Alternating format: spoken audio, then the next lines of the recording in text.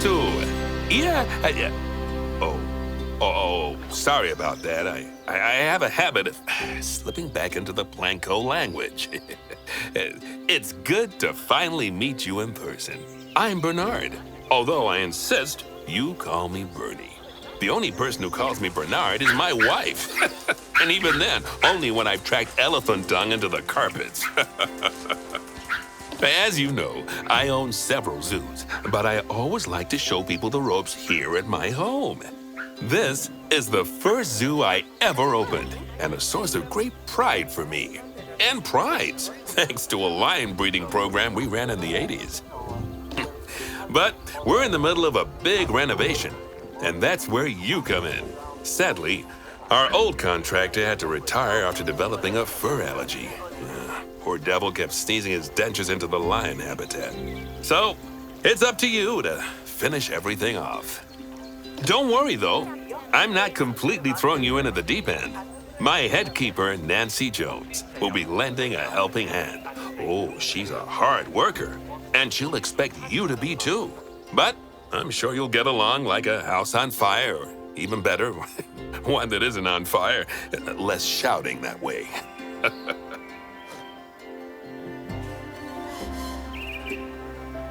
Hello there. From that rosy, fresh face of yours, I'm guessing you're Bernie's new hire. Good. Now, I hope you're ready to ditch your diploma because we're about to get really hands-on.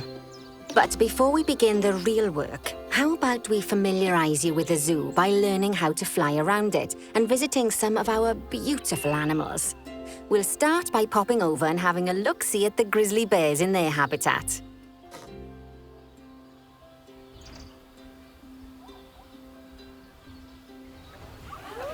Did you know that grizzly bears, also known as Ursus arctos horribilis, can hibernate for up to 7 months a year?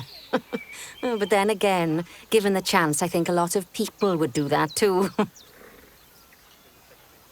Select one of the bears and you'll bring up its information panel. This is where you can find out all kinds of information about your animal. The most important thing being its overall welfare. You'll learn more about animal welfare today as we go through your objectives. But for now, let's enjoy this magnificent animal. Why don't you select the camera from inside its information panel?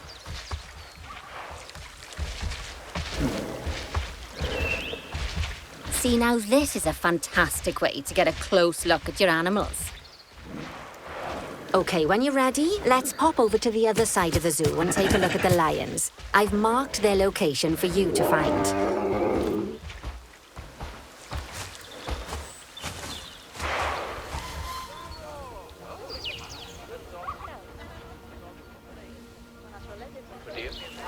Panthera leo leo, or the West African lion to you and me. Lions are the most social of the big cats, and there can be as many as 40 lions in a pride. Although prides of that size are pretty rare. As Bernie would say, those lions are awesome, which is precisely why I handle the training instead these days.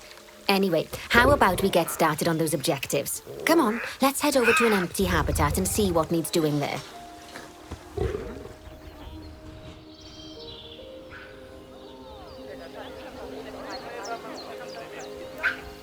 As you can see, it's a lovely space for animals, but it's missing a certain something. Well, 2 somethings. Warthogs. So I'd like you to adopt a pair of them. To adopt animals, we need to open the animal market, which is in the animal trading section.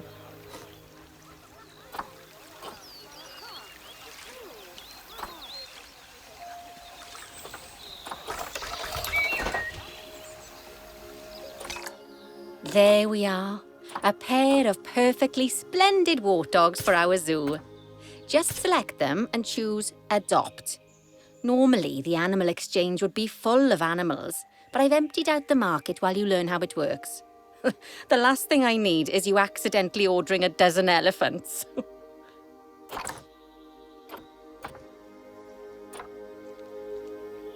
When you adopt an animal, it's automatically placed in the trade centre, where they're held until you're ready to move them into their habitat, which, as it happens, you are. So how about you move them into their new home?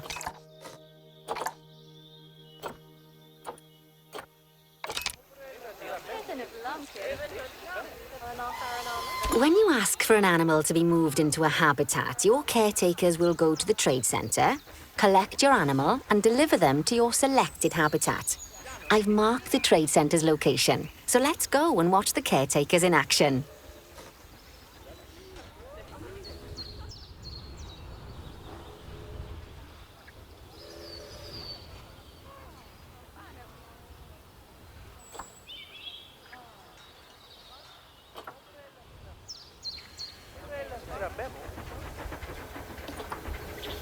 Well, as you can see, those caretakers don't hang about. They'll move those animals to their destination as fast as possible.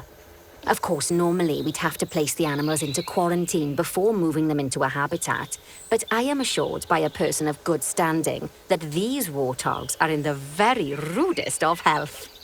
Right, let's get the warthog's habitat finished up so we can keep them nice and happy.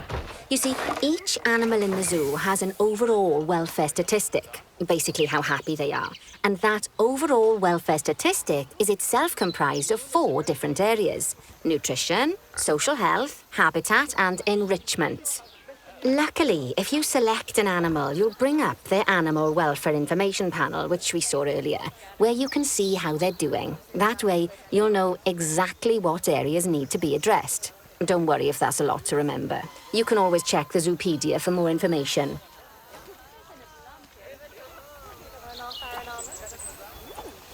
Let's start by making sure we're taking care of the warthog's nutrition welfare. To do this, we'll need to place a food station and a drinking station. Now, each animal requires a different type of feeding station. And for the warthogs, it's a small feeding trough. So let's add one of those and a water bowl.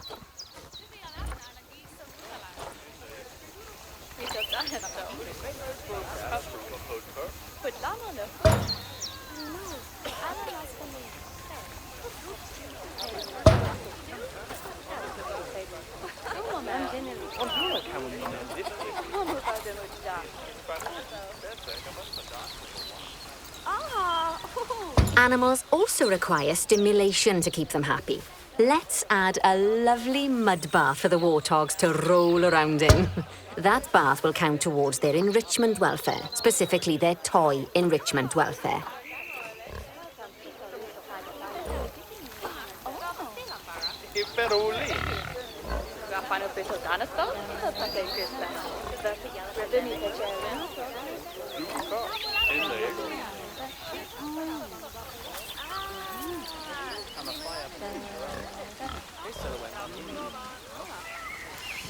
Oh, nice work. You've got a knack for this, I see. Now, our contractor had to leave in a hurry, so this place is in a pharaoh's state. Unfinished thingamajigs and whatsits all over the shop. But the first thing we need to finish is the ostrich habitat. It's over near the hippos.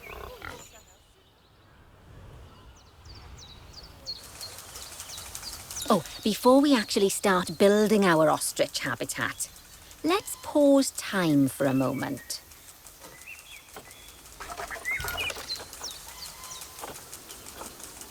Ah, that's more like it. A quick break. Sometimes it's a good idea to pause the game whilst you're doing something which requires your concentration, because it'll stop the zoo spinning out of control while you're looking the other way. Let's keep the game paused while we get this ostrich habitat built. Okay. Job number 1 here is to add a habitat gate before we complete the barrier. Every habitat needs a habitat gate. After all, how else would the keepers get in and out? Just make sure it's hooked up to the path so the keepers can reach it.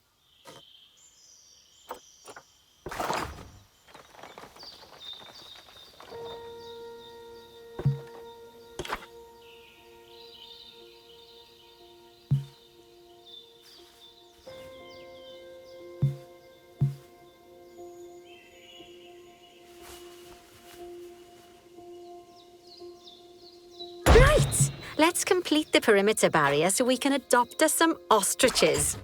I've marked out an area for you to use, so I'd like you to finish off the perimeter using the brick barrier.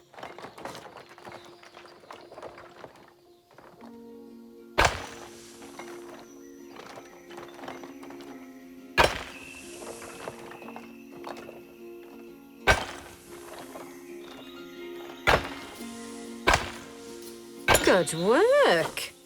Remember, before you can place animals in any habitat, it has to have a full loop of connected barrier. Now, you've probably noticed that guests can't actually see into this habitat at the moment. At least not without a stepladder. But seeing as they're banned, I'd like you to select a piece of barrier and swap out the brick for a glass barrier so the guests can see in.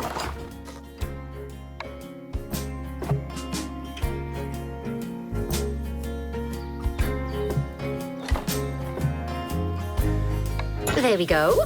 Adding in more windows gives guests even more opportunities to see the animals in a habitat.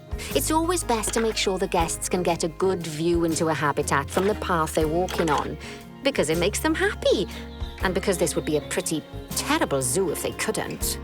The last thing we need to do is to add a donation box.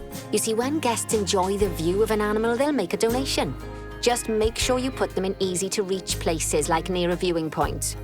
Donation boxes are one of the main sources of income for the zoo, so make sure you remember them.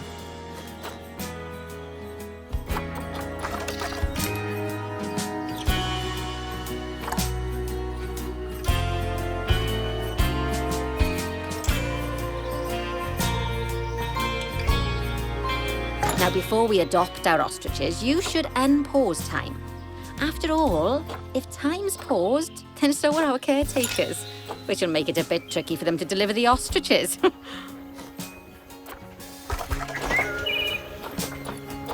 Oh, by the way, as well as pausing time, you can also speed it up.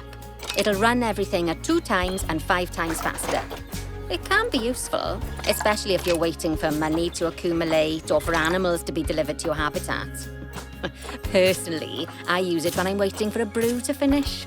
All right, you've finished the habitat, so it's high time we adopted those ostriches, don't you think? Let's get 4 of them in here.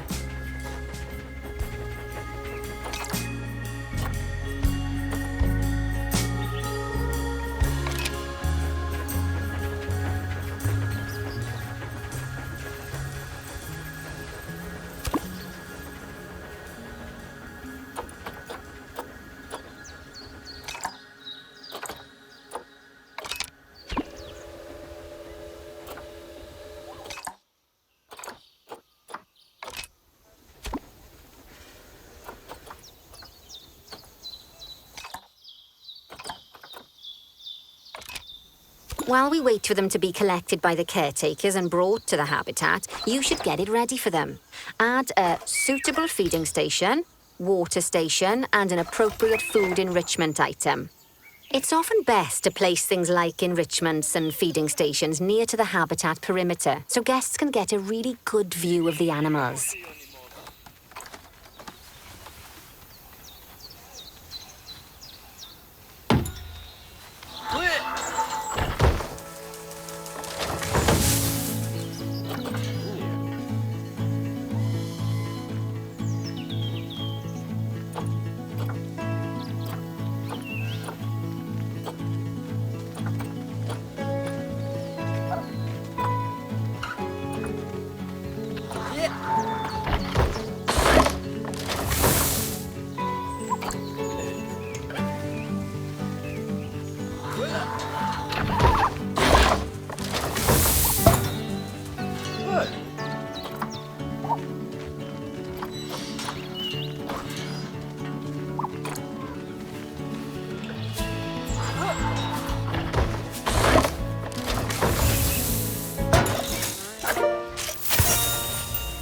Oh, good to see the ostriches have somewhere they can really stretch their legs. Did you know they can actually run at 43 miles per hour? Oh, heaven forbid they ever escape. The speed camera fines alone would bankrupt us.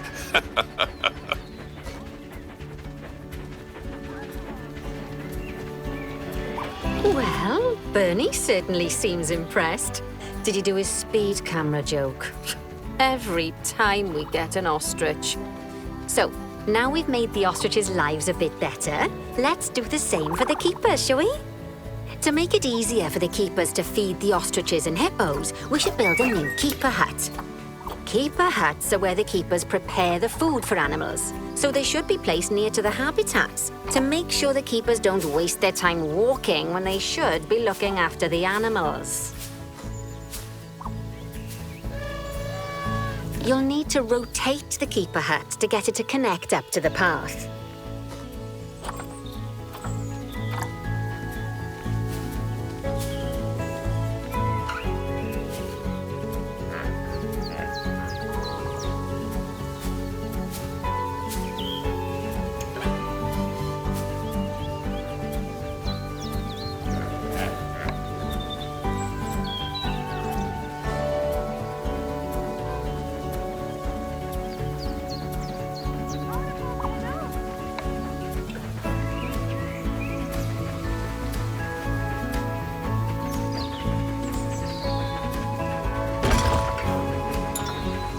This keeper hut only has space for one keeper, but the larger keeper hut can allow multiple keepers to prepare food at the same time. Oh, but bear in mind that keeper huts and other staff facilities shouldn't be placed near to areas where there are lots of guests. Guests don't like seeing facility buildings, and it can affect their happiness negatively, in case that wasn't clear. Something that all facilities, shops, and a whole host of other objects need is power. And that obviously includes your newly built keeper hut. So let's place a transformer next to it, shall we?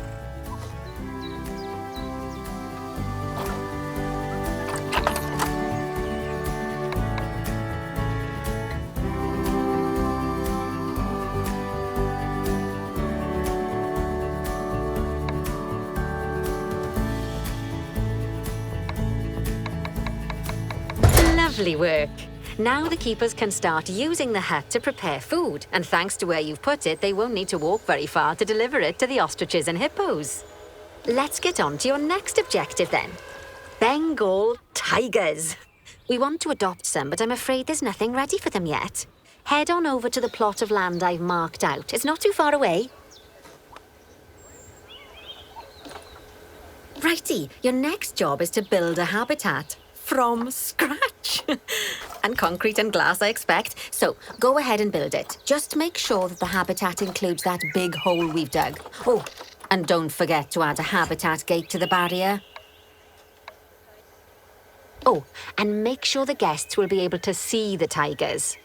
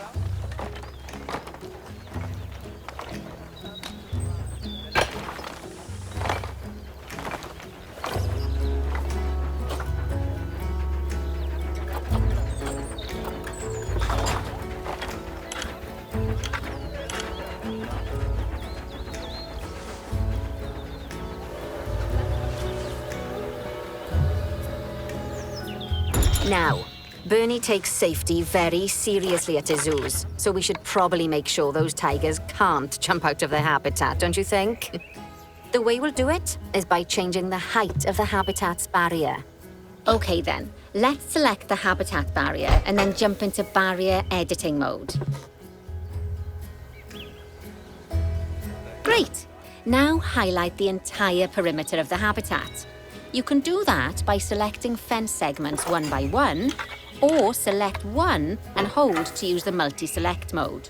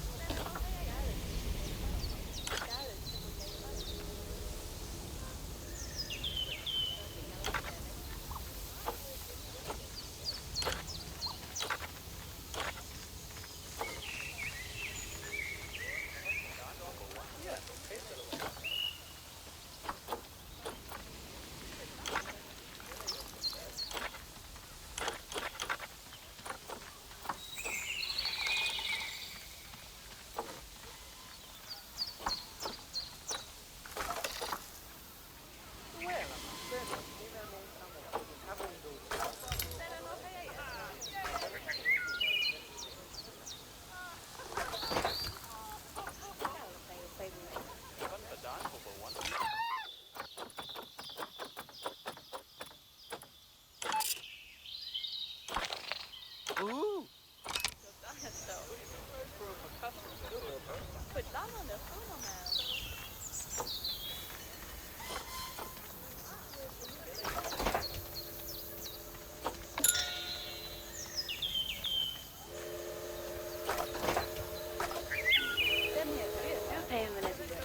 Ja, und das auch?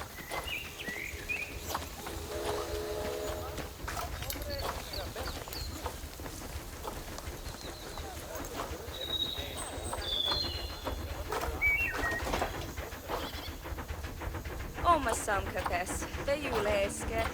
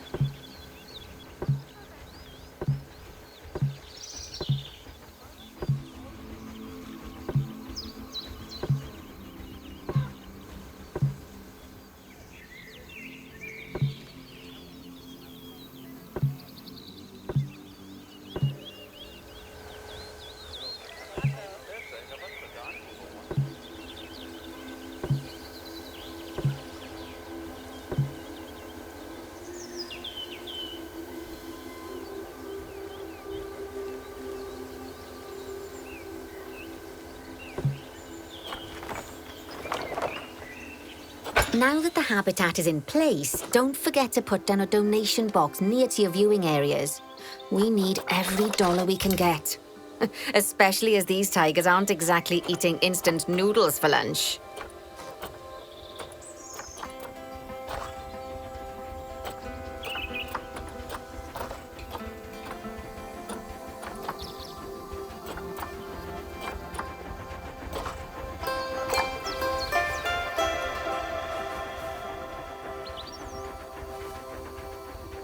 Okay, that's the habitat boundary complete, the habitat gate in place, and most importantly, the tigers won't be able to jump out of it anymore. I think it's time we adopted those tigers.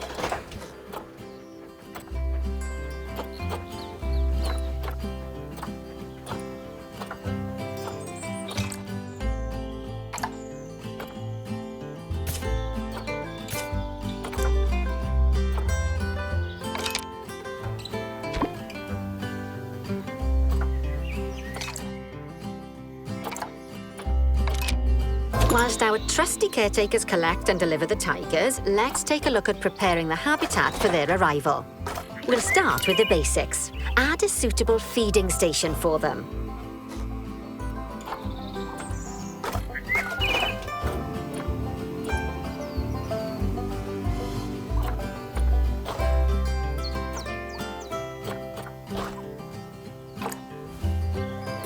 Yes, that'll do nicely. Of course, just like the warthogs and ostriches, these tigers will also need some enrichment. Why don't you add some suitable toy and food enrichment items into their habitat?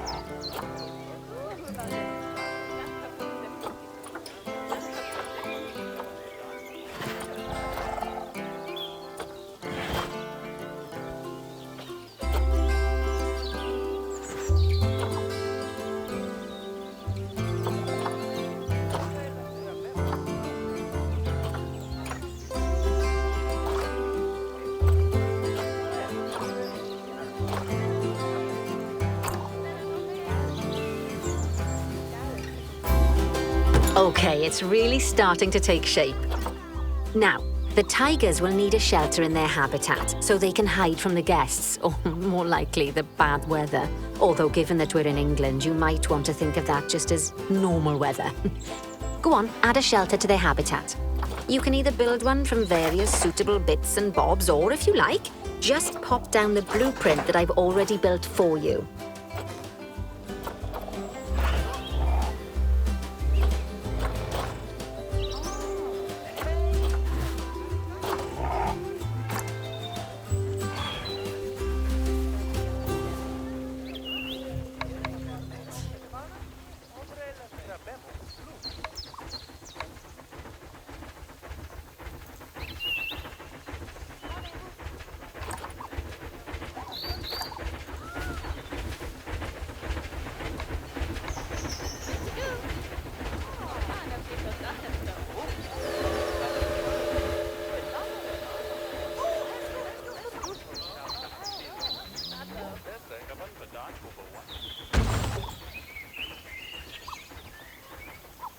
Oh, poor Dabs. I'm sure it can't have escaped your attention that the tigers look a bit miffed. That's because they aren't too keen on the type of terrain in their habitat. Select a tiger and bring up its information panel.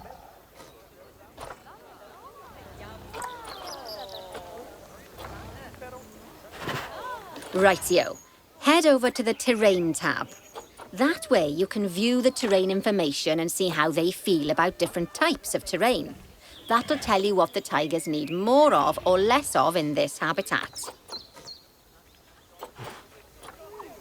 Okay then, open the terrain editing tool, select painting, and give them some more soil. Yes, that should help with the habitat part of their welfare.